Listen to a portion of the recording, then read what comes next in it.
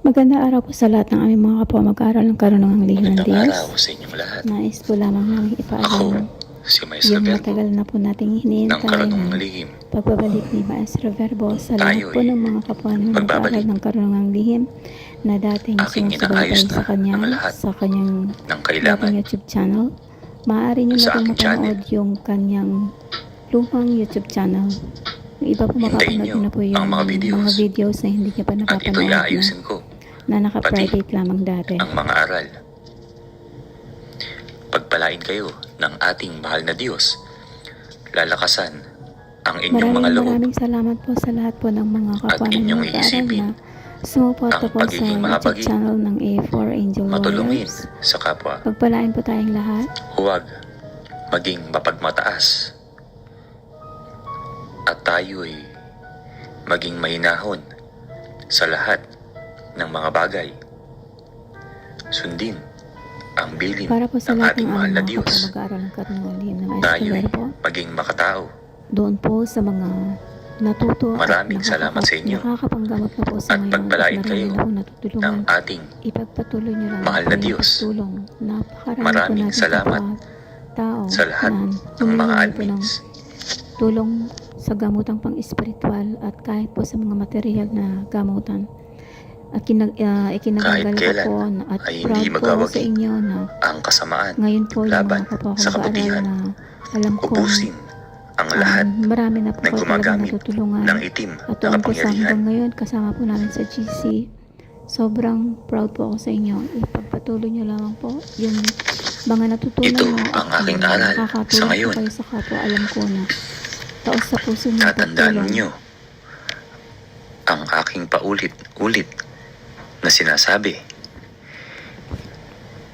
Importante ang kababaang loob, pagiging malumanay, mahabagin.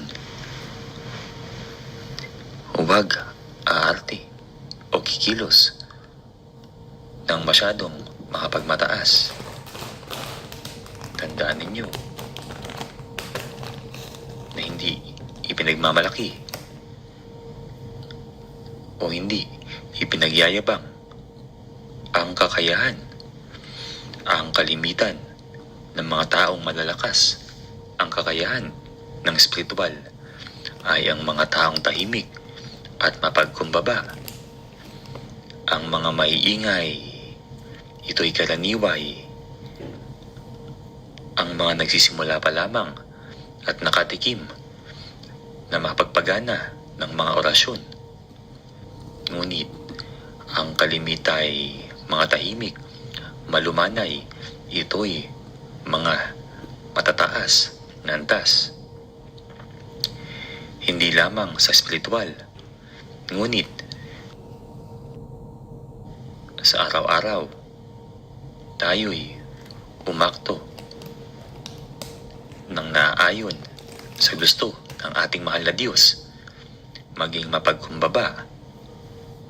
Ang palagi ko lamang binibilin na puksain ang mga gumagamit ng itim na kapangyarihan ay dahil sila ay mga kampon ni Satanas.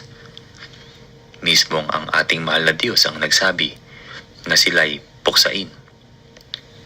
Ngunit ang sinasabi kong maging magpakumbaba, ito'y sa ating kapwa at sa may mga third eye. Ito na rin ay para sa mga ibang nilalang na hindi lamang tao. Lalawakin ninyo ang inyong mga pananaw sa mundo. Maraming salamat sa inyo at pagpalain kayo ng ating mahal na Diyos.